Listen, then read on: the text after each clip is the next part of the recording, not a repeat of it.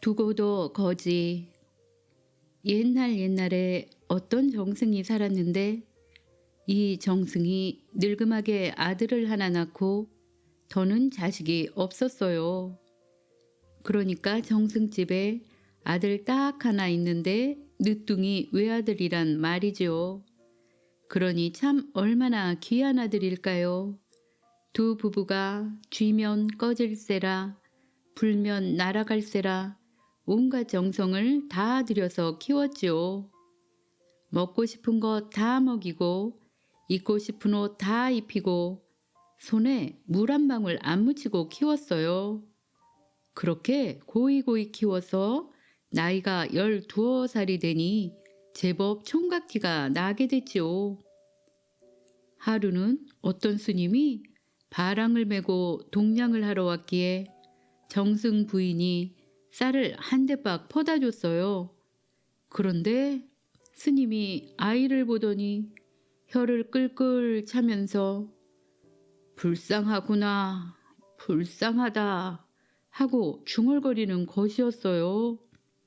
그러더니 주는 쌀도 안 받고 그냥 돌아서서 가려고 하는 것이죠. 정승 부인이 하도 이상해서 물어봤어요. 스님, 왜 그러십니까? 뭐가 잘못되었나요? 아무것도 아니올시다. 아니, 남의 집 귀한 자식을 보고 불쌍하다 하실 때에는 분명 무슨 곡절이 있어서 그러셨을 터이니 무슨 일인지 가르쳐 주십시오. 그제야 스님이 마지못해 일러주기를 이 아이는 명이 짧아서 앞으로 석 달을 넘기지 못할 것입니다. 하고 말하는 것이에요. 듣고 보니 청천벽력 같은 소리지요. 그래서 정승 부인이 스님의 바랑을 붙잡고 늘어지면서 말했어요. 아이고 스님, 이 아이는 우리 부부에게 하나밖에 없는 자식입니다. 어떻게든 명을 길게 할 방도를 알려주세요. 하고 매달렸죠.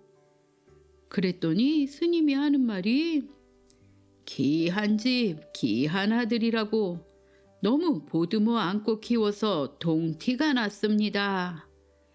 명을 이으려면 남의 발에 밟히는 고생을 해야 하니 꼭 살리기를 바라거든 나를 따라 보내시오.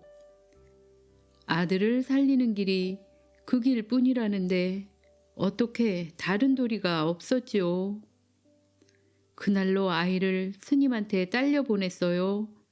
딸려 보내면서 나중에라도 귀한 집 자식이라는 것을 알아볼 수 있게 하려고 금으로 술을 놓은 비단옷 한 벌을 싸서 들려보냈지요.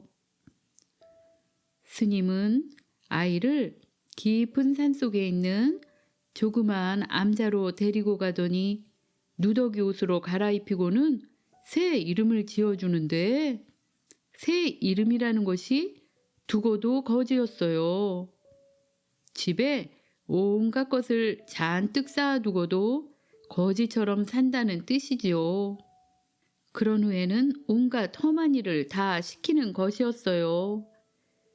지게지고 나무하기, 밥 갈고 거름 주기, 방 닦고 마당 쓸기, 밥 짓고 빨래하기까지 하루 종일 쉴 틈도 없이 일을 시켰어요. 그래서 두고도 거지는 참 손발이 부르트도록 일을 했지요. 그럭저럭 석 달이 지났는데 하루는 두고도 거지가 하루 종일 나무 열짐을 하고 고단해서 초저녁에 자리에 누워있으니 스님이 곁에 앉아 머리를 매만지며 이를 잡아주는데 스님이라 살생을 못하니까 이를 잡아가지고서는 자꾸 자기 옷 속에 집어넣는 것이에요. 그러던 중에 두고도 거지가 깜빡 잠이 들었어요. 고단한 데다가 머리를 매만져 주니까 저절로 잠이 온 것이지요. 자다 보니 꿈인지 생시인지 몰라도 검은 도포를 입고 검은 갓을 쓴 저승사자가 턱 나타나서 오늘 너를 데려가려고 왔다마는 스님의 법력이 너를 가리고 있고 또 내가 이리 고생하는 모습을 보니 차마 데려가지 못하겠구나. 3년 뒤에 다시 오마. 그때까지 남에게 밟히는 고생을 참아내면 목숨을 100년까지 늘리리라. 하고는 훌쩍 사라져 버렸어요. 언뜻 정신을 차리고 보니 스님이 온데간데 없었어요. 그리고 스님이 앉아있던 자리에는 옥필이 하나가 놓여 있었어요.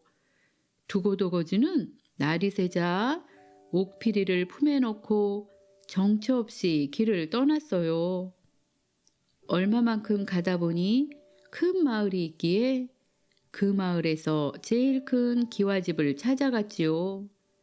그 집에 가서 머슴이 되기를 청하니 주인이 허락을 해서 그 집 머슴이 되었어요. 머슴이라는 게 밤낮으로 고된 일을 해야 하는 처지니 힘이 많이 들었지만 그래도 두고도거지는 쓰다 달다 말 한마디 없이 묵묵히 일을 했답니다. 산에 가서 나무도 하고 논밭도 갈고 거름도 내고 마당도 쓸고 마구간 외양간에 말과 소를 여물 먹이는 일도 했지요. 그러다 보니 참 머슴 중에서도 상머슴이 됐지요.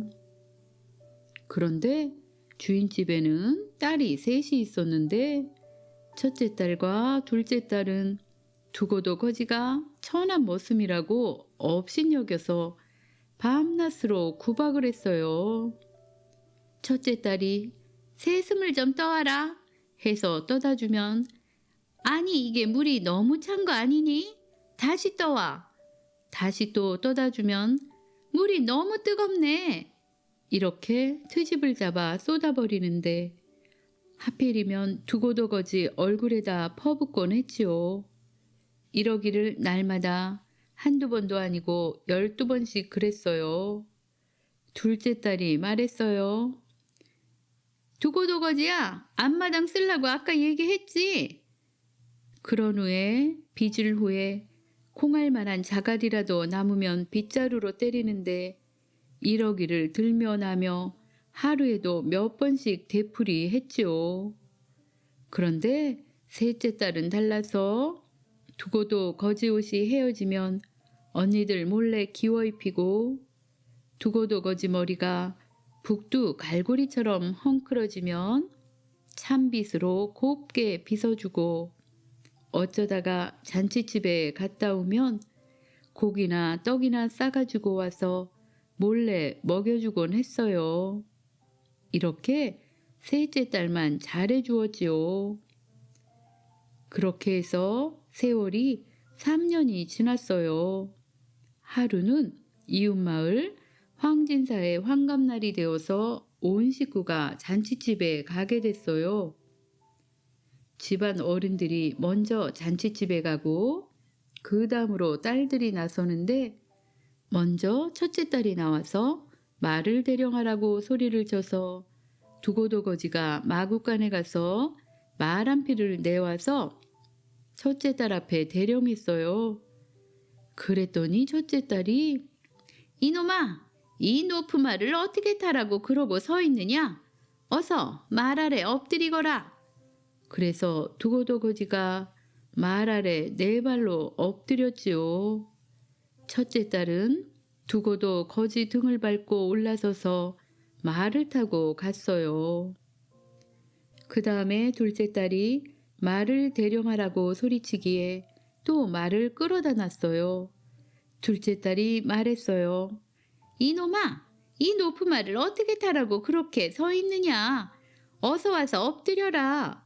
하고 말해서 두고도거지의 등을 밟고 말을 타고 갔지요.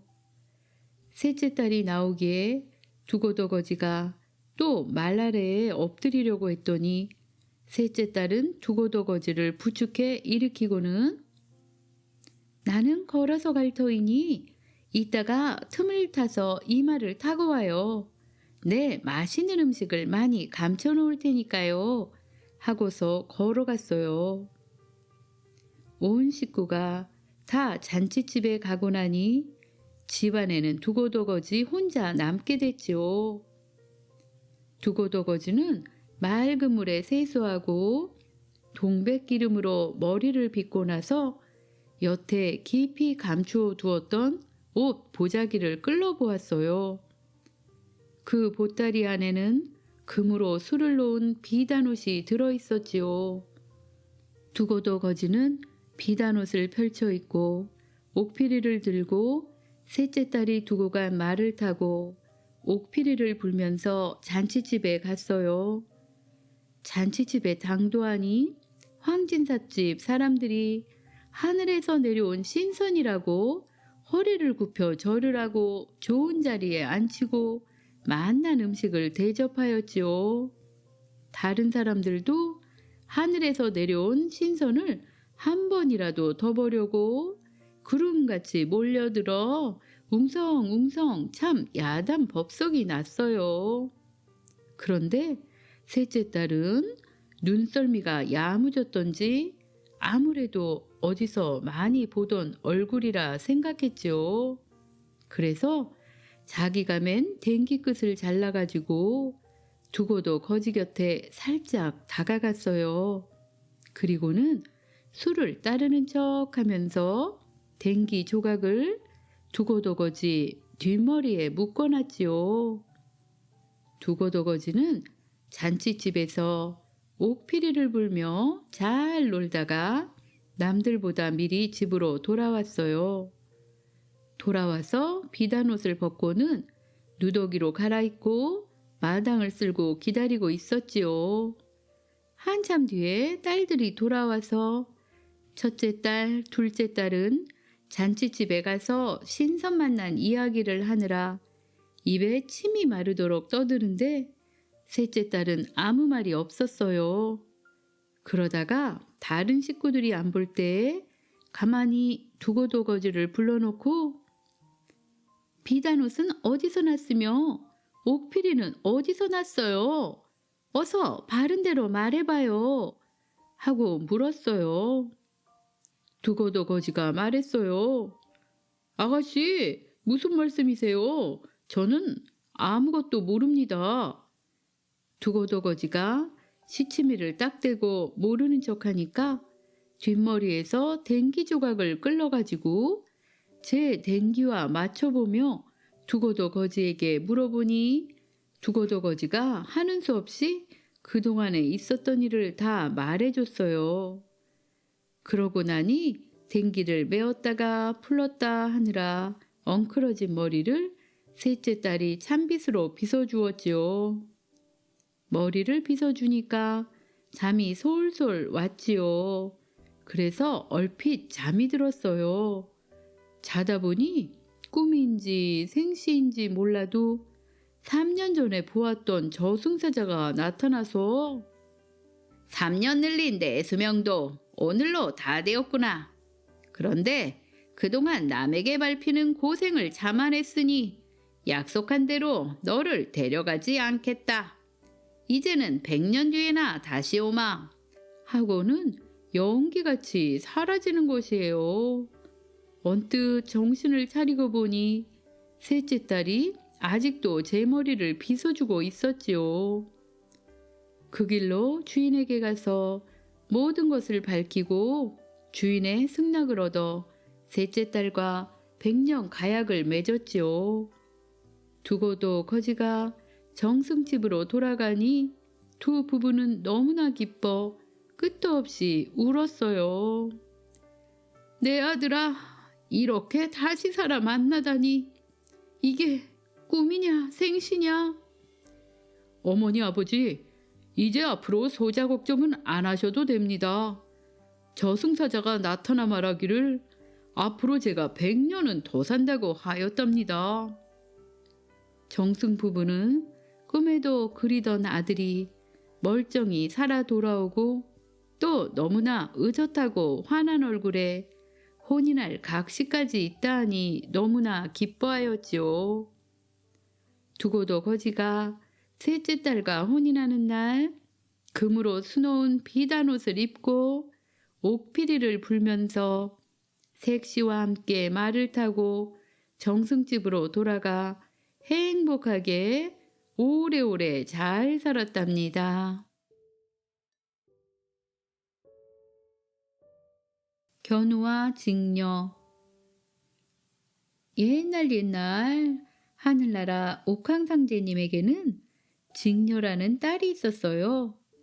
직녀는 아침부터 저녁까지 옷감을 짰는데 직녀가 짜는 옷감은 정말 아름다워서 누구도 직녀만큼 아름다운 옷감을 짜내지 못했답니다. 직녀는 또 너무나 아름다워 하늘나라 총각들은 모두 직녀만 보면 마음이 설레었지요. 하지만 직녀는 누구에게도 마음을 주지 않고 오로지 옷감을 짜기만 했답니다. 아름답고 솜씨 좋고 부지런한 직녀는 옥황상제님의 큰 자랑이었지요. 직녀도 어느덧 나이가 차서 혼인할 때가 되었어요. 옥황상제님은 직녀에게 꼭 맞는 신랑감을 찾기 위해 고민에 빠졌지요. 왜냐하면 직녀는 혼인에는 하나도 관심이 없었으니까요. 직녀가 옥황상제님에게 말했어요. 아바마마, 저는 혼인하기 싫어요. 이렇게 아바마마 옆에서 옷감을 짜는 게 제일 재미있는 걸요. 직녀야, 내가 아무리 그래도 혼인은 해야 하느니라.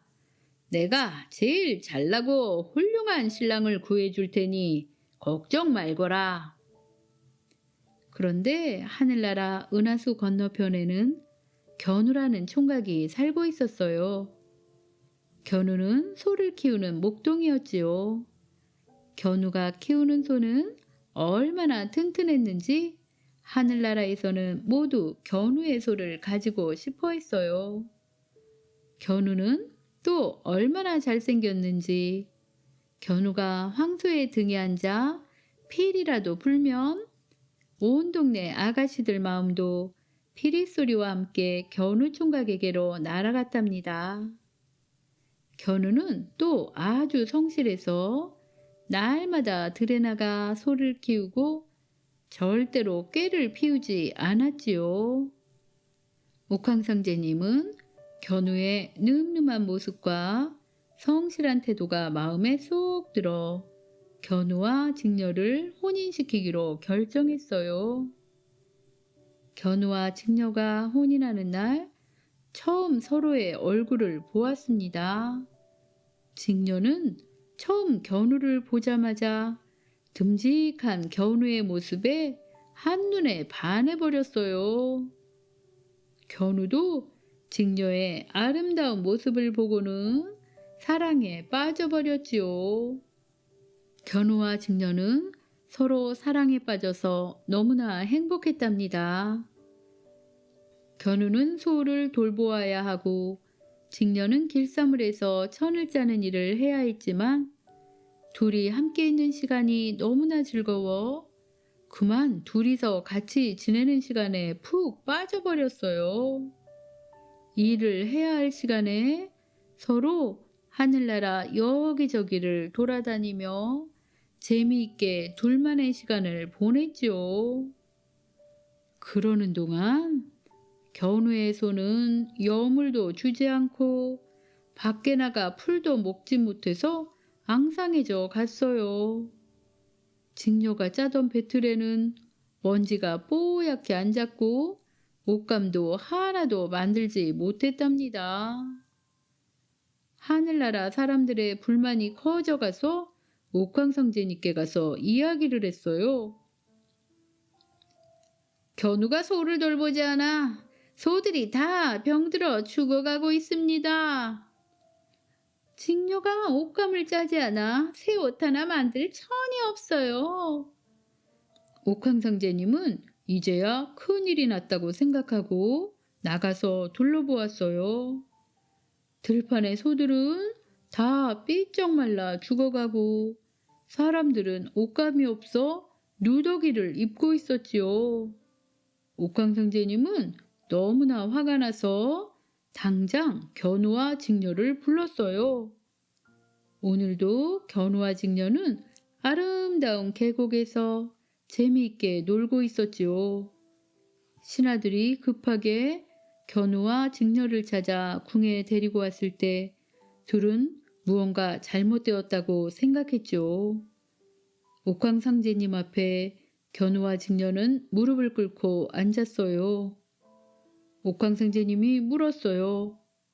너희들은 도대체 무슨 생각으로 일에 손을 넣고 즐거움만을 쫓았느냐? 견우와 직녀는 아무 대답도 하지 못했어요. 아무 변명조차 하지 않고 잘못을 빌지도 않는 견우와 직녀를 보니 옥황상제님은 더 화가 났어요. 너희 둘이 함께 있느라 맡은 바 소임을 다 하지 않는 것 같구나. 이제 너희들은 헤어져 각각 은하수를 사이에 두고 맡은 일에 최선을 다해라. 그리고 1년에 단 하루 7월 7석에만 같이 지낼 수 있다. 견우와 직녀는 옥황상제님의 명령에 울고 매달리며 사정을 했어요. 아바마마 잘못했어요. 이제 배틀에 앉아 열심히 옷감을 짤게요. 견우와 헤어져서 못 만난다니요. 그렇게 살 수는 없어요. 옥황상제님, 제가 잘못했습니다. 이제 다시는 게으름을 부리지 않고 소를 잘 키우겠습니다. 용서해 주십시오. 견우와 직녀는 이제야 후회를 하며 울면서 용서를 구했지만 옥황상제님의 마음은 변하지 않았어요. 옥황상제님의 명령으로 견우는 은하수 건너편으로 내쫓겼고 직녀는 배틀이 있는 방에 갇혀버려 나올 수 없게 되었답니다. 견우와 직녀는 매일매일을 눈물로 보냈지요. 서로가 그리워 울고 지난 행동에 대한 후회로 울었지요. 드디어 7월 7석날이 되었어요. 아침부터 설레는 마음으로 직녀는 곱게 단장을 하고 견우를 만나러 갔어요. 견우도 떨리는 마음으로 아침 일찍부터 은하수로 나갔지요. 그렇게 견우와 직녀는 서로를 만나기 위해 은하수로 달려갔지만 만날 수가 없었어요. 왜냐하면 은하수는 너무나 넓어 건널 수가 없었기 때문이지요. 견우와 직녀는 또다시 슬픔에 겨워 눈물을 흘렸고 견우와 직녀가 눈물을 흘리자 땅에서는 비가 왔어요. 그런데 둘이 계속 은하수에서 울고 있자 땅에 있는 사람과 동물이 모두 물에 빠져 죽어갔어요. 동물들이 회의를 했죠. 하늘에서 내리는 비의 원인이 견우와 직녀의 눈물 때문인 것을 알게 되자 까마귀와 까치가 나서서 견우와 직녀를 만나게 해주겠다고 말했어요. 7월 7석이 되자 까치와 까마귀들은 한꺼번에 하늘로 올라갔지요. 그리고 넓고 넓은 은하수에 다리를 만들었어요. 까치와 까마귀가 한데 모여 단단한 다리를 만든 것이죠. 견우와 직녀는 까마귀와 까치의 머리를 밟고 지나갈 수 있었어요. 드디어 만난 견우와 직녀는 이번에는 슬픔이 아니라 기쁨에 겨워 눈물을 흘렸어요. 그렇지만 만남의 시간은 길지 못했답니다. 까치와 까마귀가 만든 다리인 오작교는 오랫동안 있을 수 없었으니까요. 힘이 빠진 까치와 까마귀가 물러나자 견우와 직녀는 다시 헤어졌어요. 까치와 까마귀의 노력으로 땅 위의 홍수는 그쳤고 매년 7월 칠석이 되면 견우와 직녀가 흘리는 기쁨의 눈물이 비가 되어 내리게 되었답니다. 돌부처의 피눈물. 옛날에 바닷가에 있는 어느 마을에 마음씨가 착한 할머니가 살고 있었어요.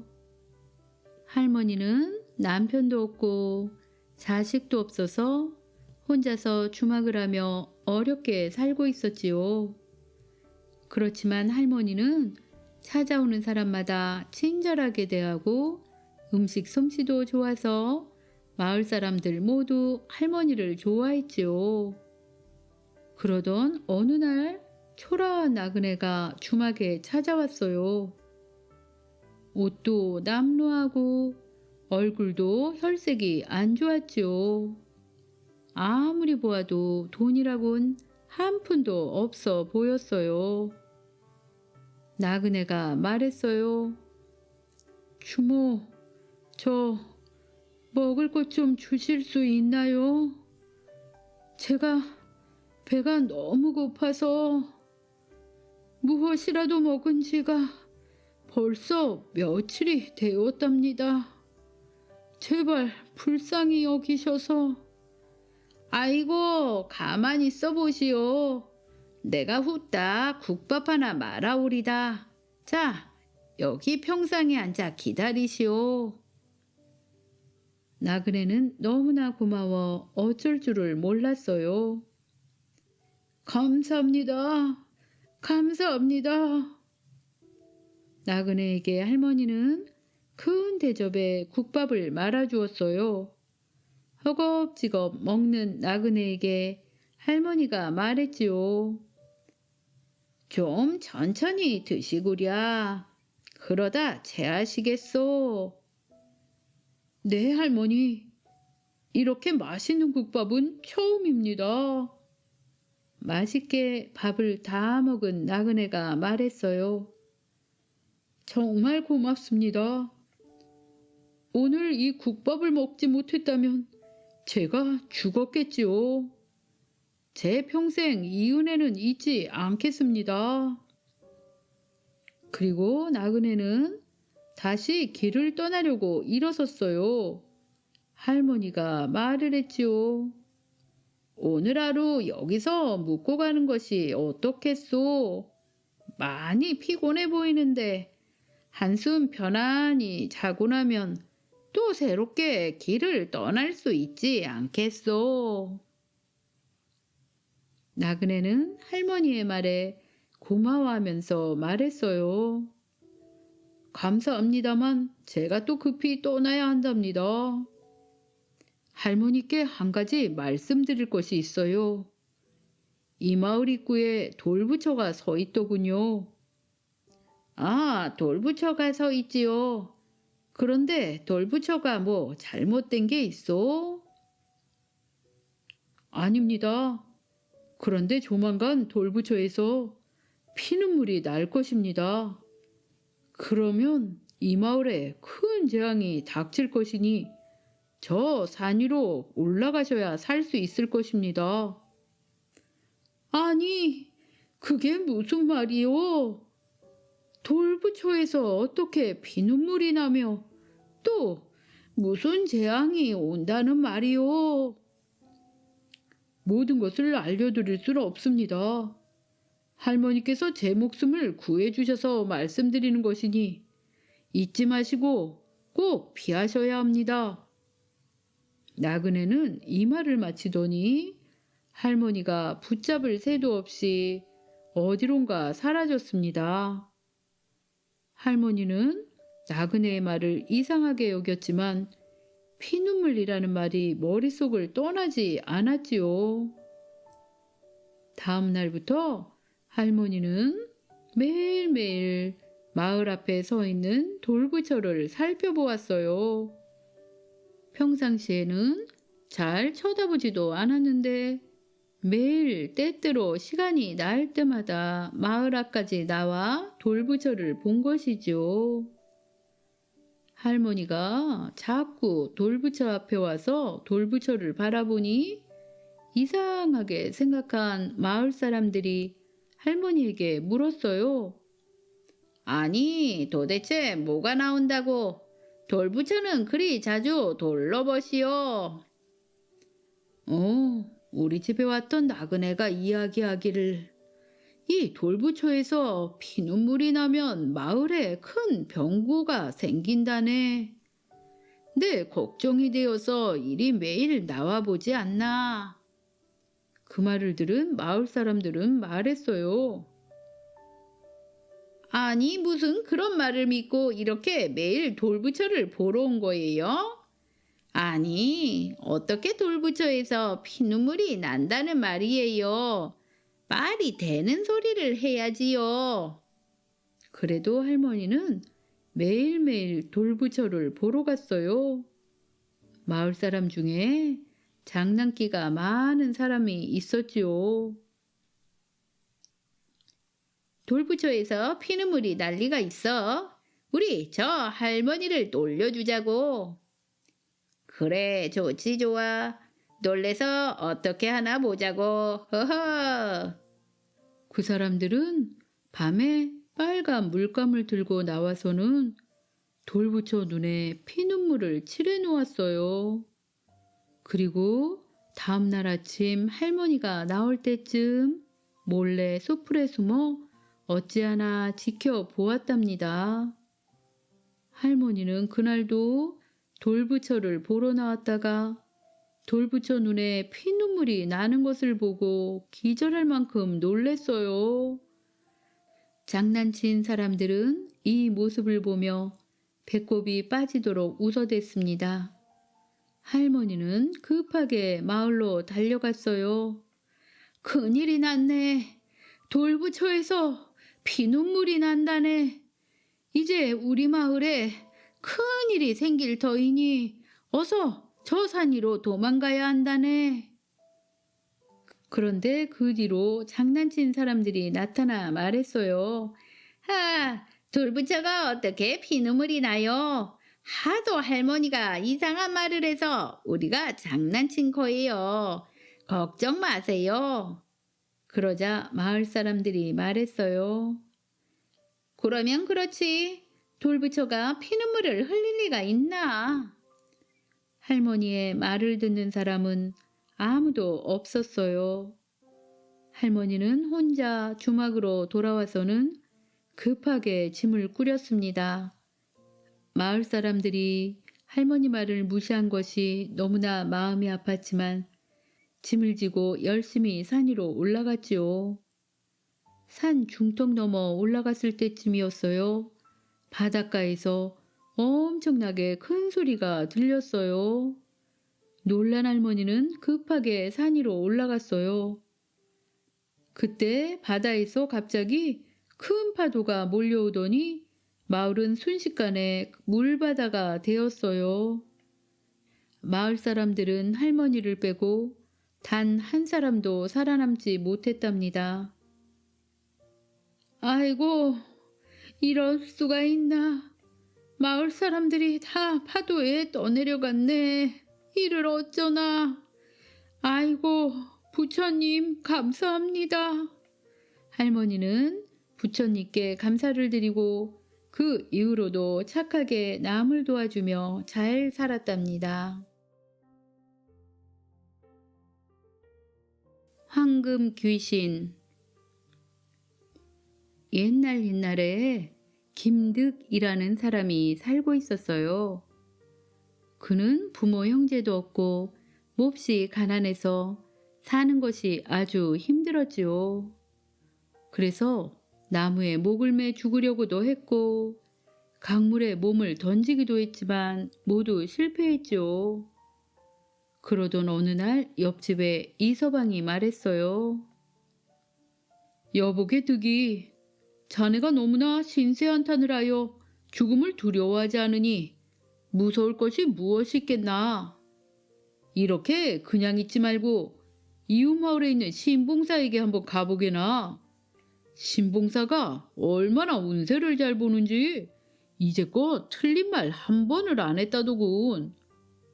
그 말을 듣고 김득은 그래, 어차피 죽을 거라면 내 평생 운수나 한번 알아보고 죽어도 늦지 않겠구나 하고 생각했어요. 그래서 약간의 복지를 마련해서 그 신봉사를 찾아갔답니다.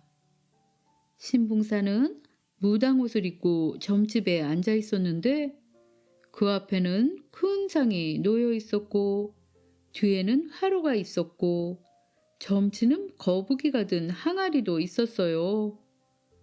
점쟁이는 향을 피우고 한 번 절하고 이를 3번 부딪히더니 눈을 감고 단정하게 앉아 생각하더니 부채로 항아리를 치며 말을 했어요. 이상하도다. 이게는 정령이 문서를 발동하다 하는 정께로구나. 문서라는 것은 곧 재물이니 김득이라는 이름으로 황금을 얻겠구나. 어느 때인고? 금속은 서쪽이요. 서쪽이면 즉 유시로구나. 유시에 재물을 얻겠도다. 가만히 있자. 어느 방향인고? 금은 목을 이기니 목은 동쪽 방향이로구나. 옳다구나. 시간이 이미 신시를 지났으니 재물을 얻고자 한다면 유시가 되기 전에 어서 속히 가보시오. 하고 말을 하는 것이었어요. 이제 보니 김득이라는 이름이 금을 얻는 이름이라는 것이었죠. 김득은 이 말을 듣고 반신반의하면서도 새로운 희망이 솟는 느낌이었어요. 이름이 재물을 얻는다 하니 앞날이 훤하게 느껴졌죠. 거리로 나온 김득은 갈 곳이 없어 이리저리 방황하다가 종각에서 유시를 알리는 종소리를 들었어요. 종각에서 첫 종이 울리자 성문이 닫히게 되었고 마침내 술락꾼들이 길에서 서성이는 김득을 발견하고 쫓아왔지요. 김득은 술락꾼에게 잡히지 않으려고 급하게 뛰다가 마침 문이 열린 어느 큰 기와집을 발견하고 급하게 그곳으로 뛰어 들어갔어요. 그러자 큰 기와집 앞까지 쫓아왔던 술락꾼들은 큰 대갓집이라 차마 들어오지 못하고 문 앞에서 좀 일찍 다니시오 하고 말하고는 가버렸답니다. 김득은 밤이슬이라도 피하기 위해 이 큰 집에서 하루 묵어야겠다고 생각하고 사람을 찾았어요. 그런데 이 큰 집에 아무런 인기척이 없는 것이었어요. 사람은커녕 개 짖는 소리도 들리지 않았지요. 그는 이상하게 생각하고 큰 집 여기저기를 다녀보았어요. 그러다가 드디어 뒤쪽 안채에 있는 작은 별채에서 희미한 불빛이 새어나오기에 그곳으로 조심스럽게 다가갔어요. 그리고 문틈으로 안을 들여다보니 한 젊은 아가씨가 혼자서 이불을 쓰고 누워있는 것이었어요. 김득은 이 큰 집에 홀로 있는 그 아가씨가 하도 이상해서 방문을 열고 안으로 들어갔어요. 그러자 아가씨는 깜짝 놀라면서 너는 짐승이냐? 귀신이냐? 잡아먹고 싶으면 어서 빨리 잡아먹어라. 내 집안 사람들이 모두 내 손에 죽었으니 나 혼자 살아 무슨 영화를 보겠느냐? 하고 말하는 것이에요. 그래서 김득이 나는 짐승도 아니고 귀신도 아닙니다. 그저 술락꾼에게 쫓겨들어온 사람입니다. 낭자께서는 어째서 사람도 없는 이 큰 빈집에서 이렇게 홀로 계십니까? 하고 물어보았어요. 그러자 아가씨가 당신이 정말 사람이라면 이 집은 귀신이 나오는 흉가여서 머물 수 없으니 어서 피하십시오. 하고 말하는 것이에요. 김득은 도대체 이 집에는 어떤 요물이 있어서 이러한 일이 생기는지 궁금했죠. 김득이 말했어요. 아가씨, 걱정 마시고 제가 이 방을 지키고 있을 테니 일단 벽장 속에 들어가 숨어 계십시오. 제가 이래 보아도 담력이 있으니 무슨 일인지 알아보겠습니다. 하고는 아가씨를 안심시켜 벽장 속으로 들여보낸 후 촛불을 밝히고 꼿꼿이 앉아 밤늦도록 책을 보고 있었습니다. 밤이 깊어져 자정이 되었어요. 그러자 갑자기 서늘한 바람이 불더니 문이 저절로 살며시 열리는 것이었어요. 김득이 깜짝 놀라 바라보았더니 문 앞에는 황금 얼굴을 한 노인이 서 있었어요. 김득이 너는 도대체 어떤 귀신이냐? 하고 말했어요. 그러자 노인이 이 집은 몹시 부유한 대갓집으로 재물이 하도 많아 금으로 사람을 만들어 창고에 숨겨놓았습니다. 저도 이미 10년 넘게 창고에 갇혀 햇빛을 못 보았더니 몸에 잡기가 붙어 괴롭기 그지없네요. 제발 제가 햇빛을 보도록 해 주십시오. 하고 말하는 것이에요. 김득이 말했어요. 당신이 사사로운 잡기가 아니라면 왜 집안 사람들을 모두 죽게 만든 것이오? 그랬더니 황금 노인이 제가 도움을 청하기 위해 나타나면 저의 모습을 보고 모든 사람들이 놀라서 저절로 죽어버린 것입니다. 저는 손 하나도 건들지 않았지요. 하고 말을 하였어요.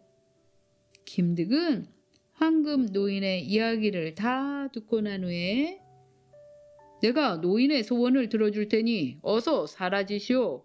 하고 말했어요. 그러자 황금 노인이 고맙다고 절을 하고는 갑자기 사라져 보이지 않게 되었어요. 노인이 가버린 후 벽장 속에서 이 광경을 모두 지켜본 아가씨가 벽장문을 열고 나왔어요. 아가씨가 말했지요. 소녀, 낭구님이 아니었다면 분명 오늘 밤 목숨을 보존하지 못했을 겁니다. 이미 낭구님의 은혜를 입어 새 삶을 얻었으니 이후에 낭구님의 아내가 되어 평생토록 이 은혜를 갚고자 합니다. 하고 말했어요. 김득과 아가씨는 그날부터 부부의 인연을 맺어 혼인을 했답니다. 다음 날 날이 밝자 김득은 창고문을 열고 먼지가 수북히 쌓여있는 황금 노인상을 찾아 창고 밖으로 꺼냈어요.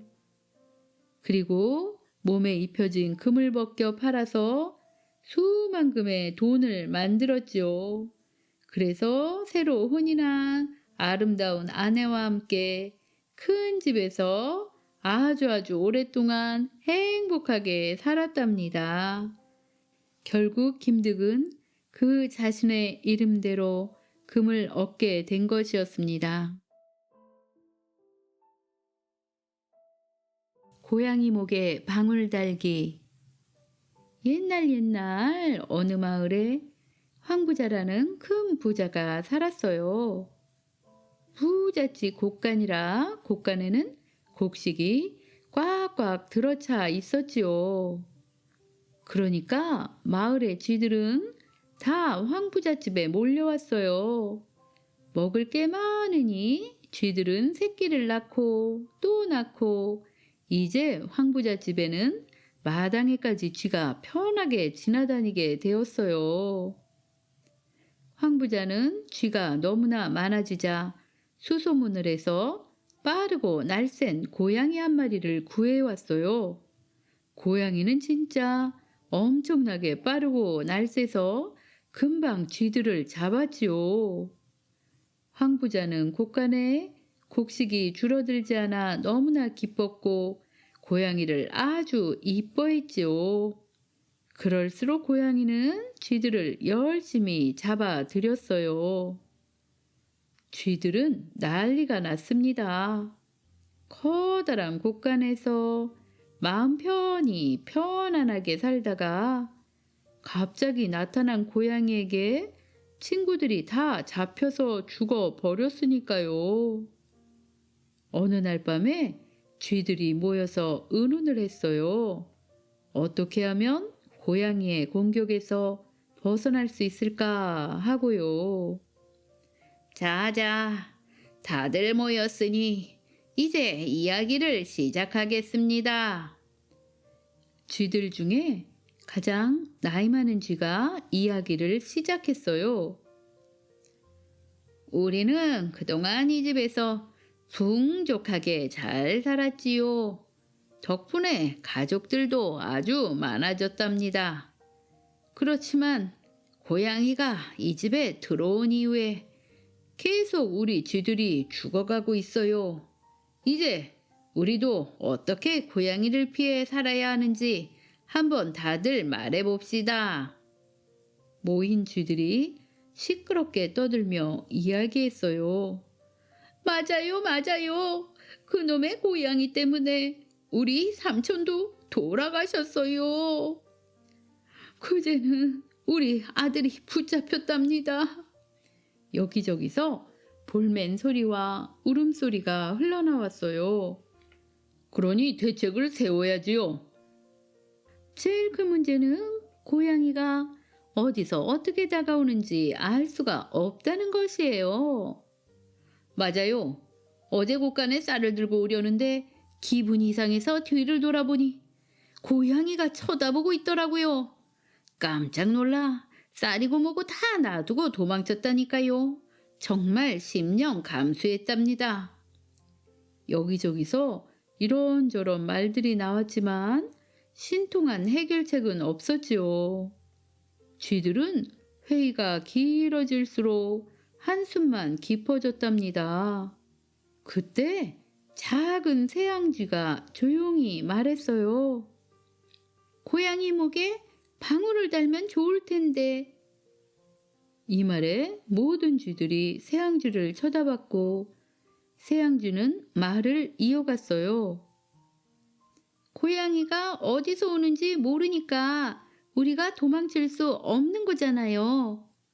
고양이한테 소리가 나면 고양이가 오는 줄 알고 빨리 도망갈 수 있으니 뭐가 걱정이에요. 고양이 목에 방울을 달면 돼요. 다들 무릎을 쳤습니다. 맞아, 맞아. 고양이 목에 방울을 달자고. 아이고, 이렇게 좋은 생각을 해내다니 천재일세 천재야. 이렇게 모두 좋아하며 이야기를 했습니다. 나이 많은 쥐가 말했어요. 자, 그렇다면 이제 고양이 목에 방울을 다는 것으로 하고 누가 고양이 목에 방울을 달러 가겠나? 그러자 갑자기 모두들 조용해졌어요. 아무도 대답하지 못했거든요. 그래서 아직까지도 쥐들은 고양이가 언제 오는지 모른답니다. 개구리 연못 이야기. 옛날에 어느 고을 연못에 갑자기 개구리 울음소리가 굉장히 시끄럽게 났어요. 연못이나 논에 개구리가 있는 것은 아주 흔한 일이죠. 여름 저녁에 개구리가 우는 것 역시 그렇게 이상한 일은 아니죠. 그런데 전에 없이 연못에 갑자기 개구리가 악을 쓰듯이 시끄럽게 우는 것이었어요. 무엇보다도 그 울음소리가 하도 요란해서 사람들이 밤새 잠을 잘 수가 없었지요. 아유, 시끄러워. 귀가 다 아프네. 그런데 저 많은 개구리들이 대체 어디서 온 걸까요? 처음에 사람들은 개구리 울음소리를 그저 귀찮다고만 생각할 따름이었어요. 하지만 그것이 하루가 지나고 이틀이 지나고 열흘을 넘겨서 여름 내내 계속되니 백성들의 불만은 단순히 개구리들이 시끄럽게 운다고 불평하는 데서 끝나지 않았어요. 이것은 무슨 병기로세. 틀림없이 좋지 않은 일이 일어날 징조라니까. 무슨 곡절이 있으려니까 개구리들이 이렇게 울어대지. 그렇지 않고서야 이렇게 심할 수가 있겠어요? 개구리 울음을 두고 백성들은 이렇게 갖은 상상을 하게 되어 나중에는 그것이 무슨 큰 재앙의 전조라는 등 전쟁이 일어나려고 한다는 등 온갖 불길한 소문까지 멋대로 지어내 여기저기 마구 퍼져나갔어요. 이런 소문들이 떠돌게 되자 백성들은 불안한 마음을 감추지 못하게 됐지요. 그래서 나중에는 원님의 귀에까지 들어가게 되었어요. 개구리가 좀 울기로서니 그렇게까지 야단일 것이 무슨 일인가? 원님은 이 말을 듣고 처음에는 웃음으로 넘겼지만 자꾸만 소문이 커지자 도저히 더 이상 견딜 수가 없었지요. 개구리 울음이 얼마나 심하기에 이리 야단인 게야. 원님은 어느 날 밤 가만히 연못으로 걸음을 옮겨 개구리 울음이 어떤지 살펴보기로 했어요. 연못으로 나가보니 가연 개굴개굴 수만의 개구리들이 한꺼번에 우러젖히는 시끄럽고 요란한 소리에 천지가 떠나갈 듯 했지요. 정말 대단하구나. 원님은 고개를 끄덕이며 잠자코 연못 속을 들여다 보고만 있었어요. 연못가에 모여든 백성들은 모두 불안한 얼굴들을 해서 저마다 한마디씩 거들었지요. 병개로세, 참으로 병개야. 개구리가 운다 하기로 이렇게 심할 수가 있나? 차라리 이 연못을 메워버리면 어떨까? 그것도 좋은 방법이겠네. 이렇게 모두들 한마디씩 떠드는 소리가 원님의 귀에 들려왔어요. 개구리가 우는 것이 큰 난리라고 할 것은 못 된다 하더라도 백성들이 저렇게 불안해하는데 백성을 다스리는 관리인 원님으로서 가만히 있을 수는 없는 일이었어요.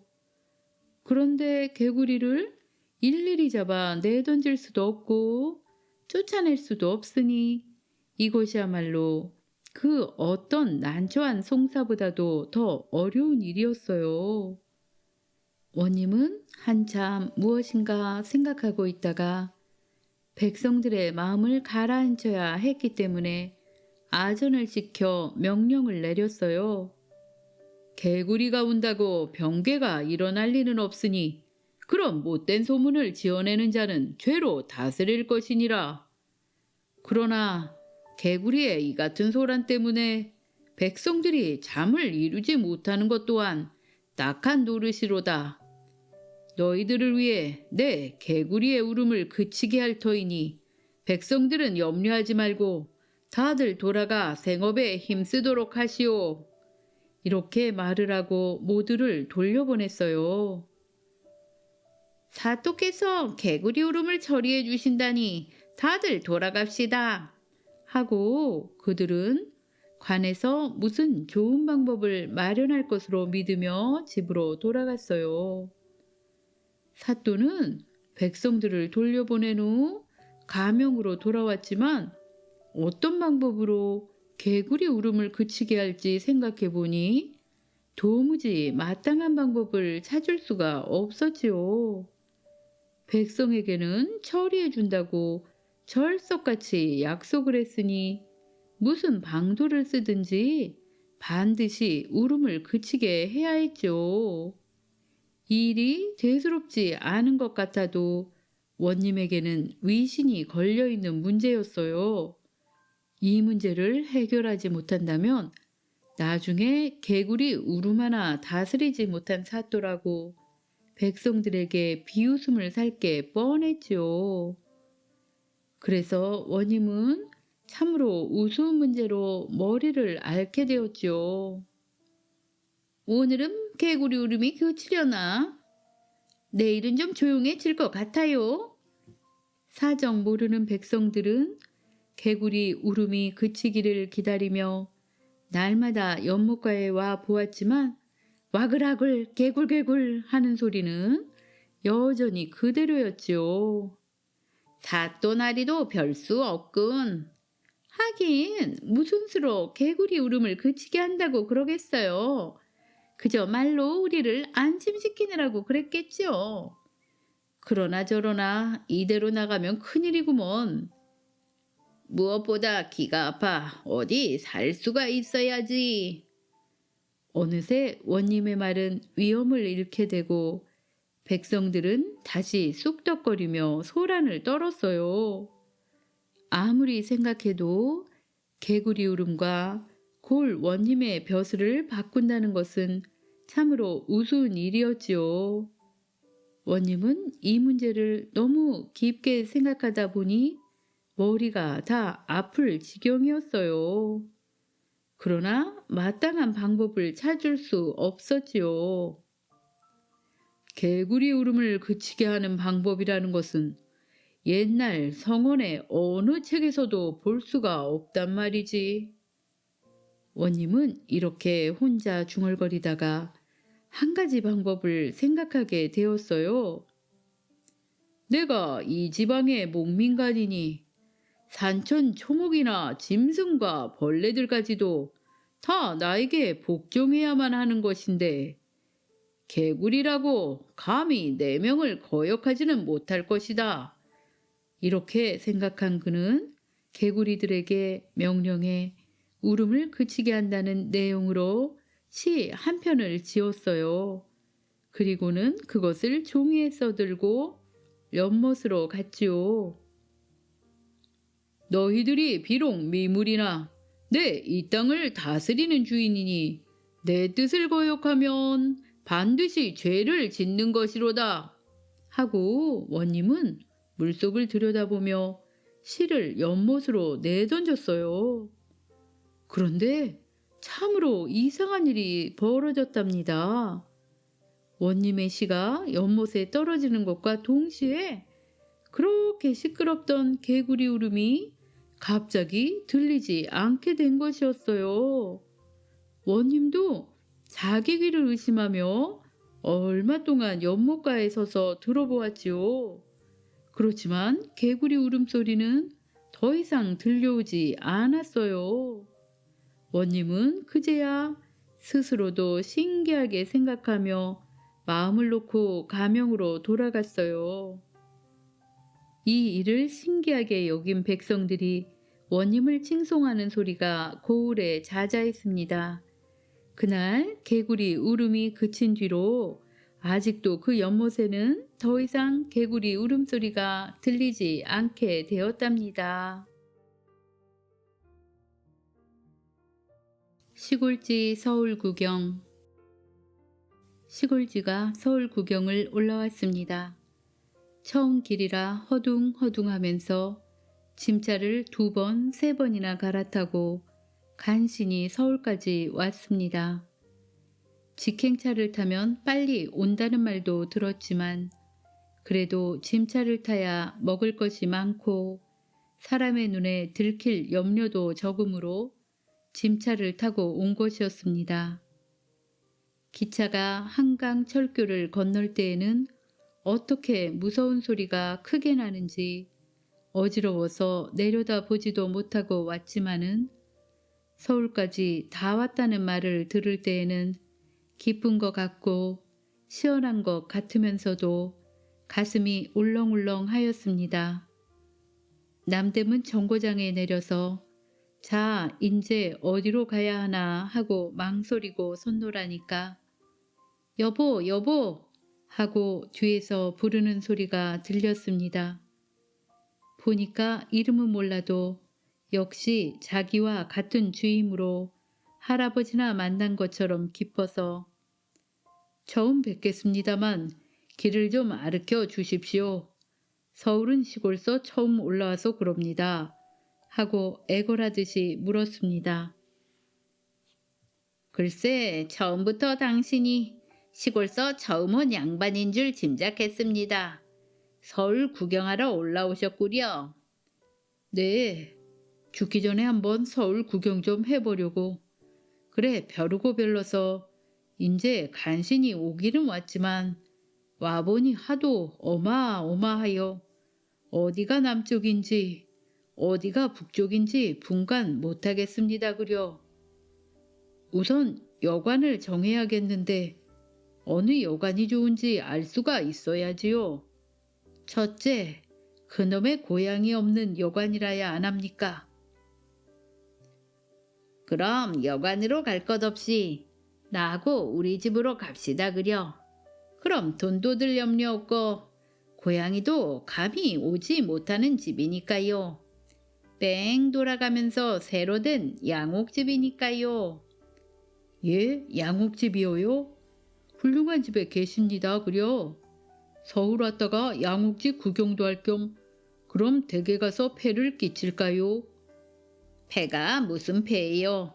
자, 나를 따라오세요. 까딱하면 길을 잃어버립니다. 시골쥐는 이제야 마음을 놓고 서울쥐의 뒤를 따라섰습니다. 저기 소리를 뿡뿡 지르면서 달아나는 것이 저것이 자동차라는 것입니다. 다리 부러진 사람이나 안진뱅이나 그렇지 않으면 중병든 사람이나 타고 다니는 것이지요.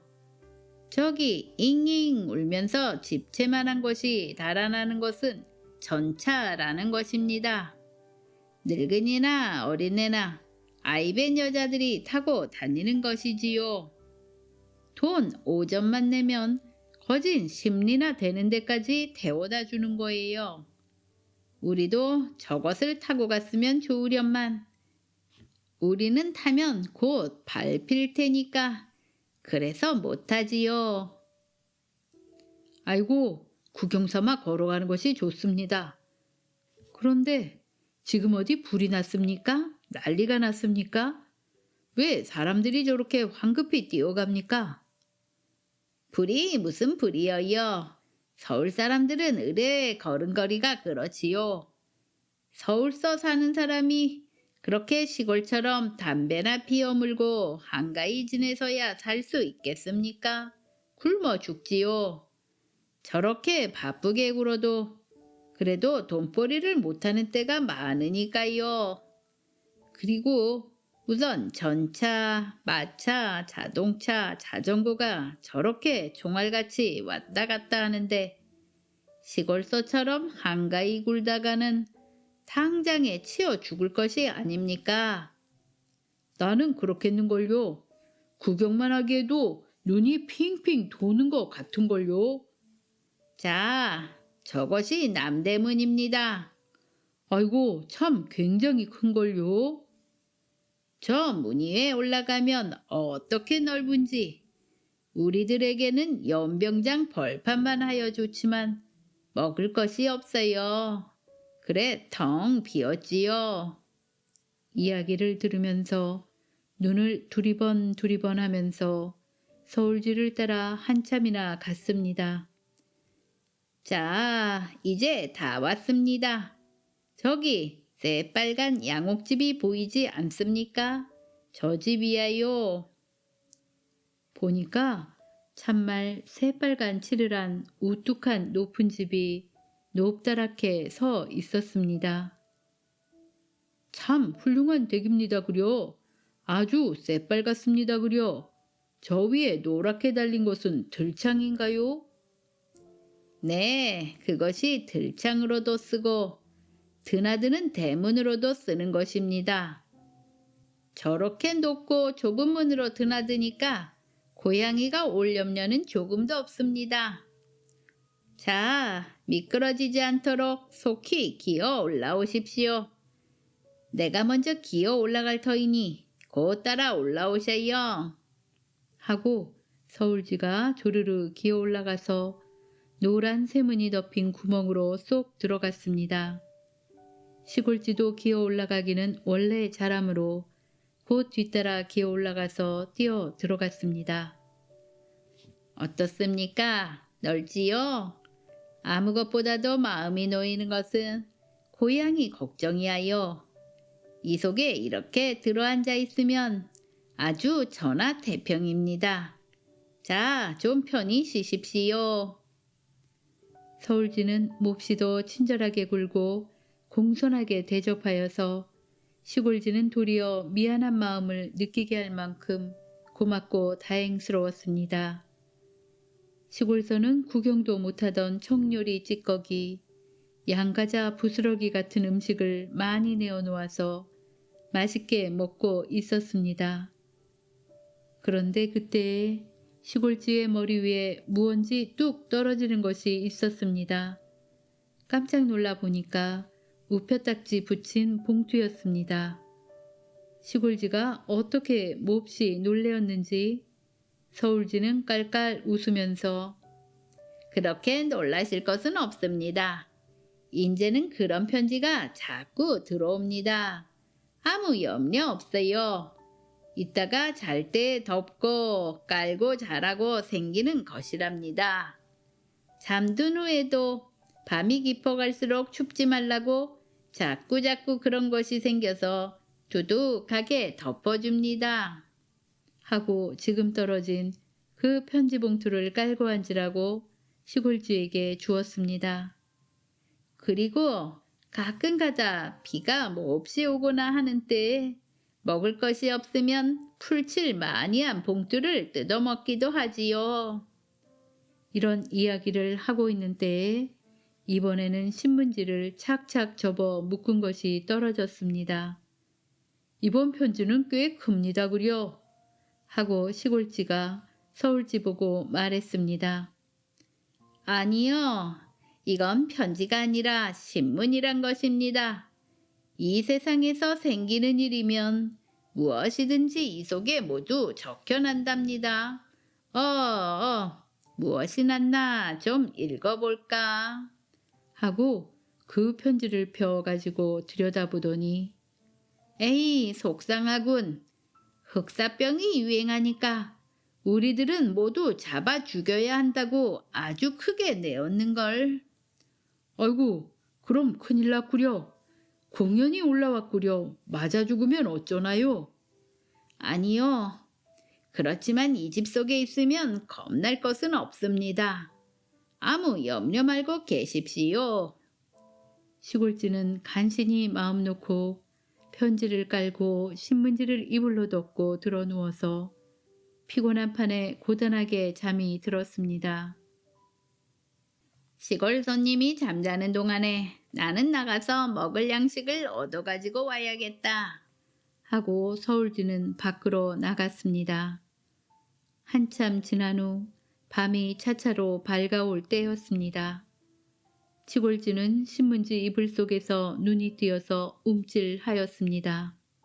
제그럭제그럭하고 머리맡에서 이상스러운 소리가 나므로 시골쥐는 신문지 이불 속에서 눈이 띄어서 움찔하였습니다. 큰일 났지요. 벼랑간의 머리맡에 있던 누런 문이 밖으로 열리면서 커다란 손이 쑥 들어오더니 거기 있는 편지고 엽서고 신문지고 모두 휩쓸어 내가더니 문턱에서 굉장히 큰 가방 속에 몰아넣었습니다. 신문지 밑에 웅크리고 있던 시골쥐도 그 통에 휩쓸려서 가방으로 들어가고 제꺽하고 가방 문까지 잠겨 버렸습니다. 어쩐 영문을 모르는 시골쥐는 이렇게 가방 속에 갇혀서 어디로 가는지 어떻게 되는지 겁도 나고 갑갑도 하여 입으로 각작각작 가방 가죽을 물어뜯어 떼어서 구멍을 뚫어놓고 그리고 얼굴을 쑥 내밀고 형편을 살펴보았습니다. 자기가 갇혀 있는 가방은 어떤 누런 모자 쓰고 누런 양복 입은 사람의 어깨에 메어져서 그의 궁둥이에 매달려서 지금 어디로인지 자꾸 가는 중이었습니다. 아직도 이른 새벽이건만 서울 남대문 안은 퍽 복잡하였습니다. 전차가 잉잉 하면서 달아나고 인력거가 이 길 저 길로 곤두박질해 다니고 자전거가 따르릉 따르릉 하고 달아나고 마차 끄는 말까지 아무 일 없는 강아지까지 급급히 뛰어가고 뛰어오고 하였습니다. 대체 서울이란 굉장히 크고 좋기도 하지만 굉장히 바쁘게 다니는 곳이다. 고 시골쥐가 생각할 때에 어느덧 자기를 메고 가는 누런 양복쟁이는 어느 커다란 이번에야말로 남대문 정거장같이 큰 벽돌집 뒷문으로 쑥 들어갔습니다. 들어가서는 마치 커다란 북더기를 버리듯이 가방에 가지고 온 편지들을 커다란 채롱 속에 쏟았습니다. 쥐다, 쥐야! 쥐가 우편 가방에서 나왔다! 하고 누런 양복쟁이가 소리를 지르니까 여러 신명되는 사무원들이 어디! 하고 우르르 몰려와서 시골쥐를 잡으려고 소동을 하였습니다. 그러나 시골쥐는 잡히지 않고 간신간신히 도망하여 마루 밑에 숨었습니다. 아, 서울은 무섭다. 무서운 곳이다. 서울쥐들은 친절하지만 양옥집도 무섭고 흑사병도 무섭다. 에이, 가방 구멍으로 내다보고 서울 구경을 꾀한 셈이니 이제는 달아나야겠다. 어서 달아나야겠다. 하고 그날로 곧 시골로 내려갔습니다.